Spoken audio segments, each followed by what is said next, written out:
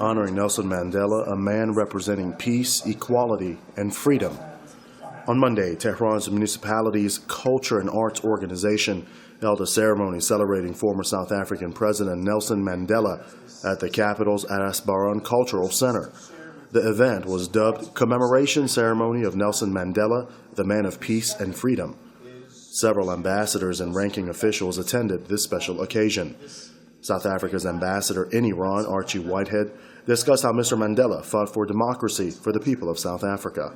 Nelson Mandela to South Africa, the world, and to in Africa in particular, is that he's an individual who took up the struggle for the liberation of his own people as a result of realizing the evil that went on around him in his own backyards in the Transkei, and who then began to articulate the position of the African people in terms of the minimum demands for democracy.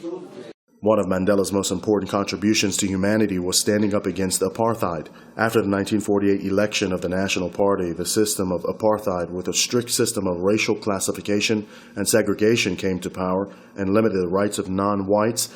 For this reason, he served 27 years in prison. He was released in 1990, and then he made peacemaking efforts in the country. Many dignitaries believe Mandela contributed his efforts to the peaceful resolution of disputes, the replacement of discord and division with unity, the promotion of dialogue rather than confrontation, and the elimination of poverty. The UN's resident coordinator in Tehran, Gary Lewis, talked about Mandela's unselfishness. Because I had the privilege of being in the presence of Mr. Mandela twice in my life. And what I took from that was not so much Mr. Mandela himself, but I looked at the audience, looked at the people who were in his presence as well. And there was always a sense of awe, a sense that we could be like this man if only we could suppress our selfish desires and develop a degree of altruism and compassion, which it seems so difficult for us to do. But he managed to do it. And for that reason, he stands as an icon for us, for our lives.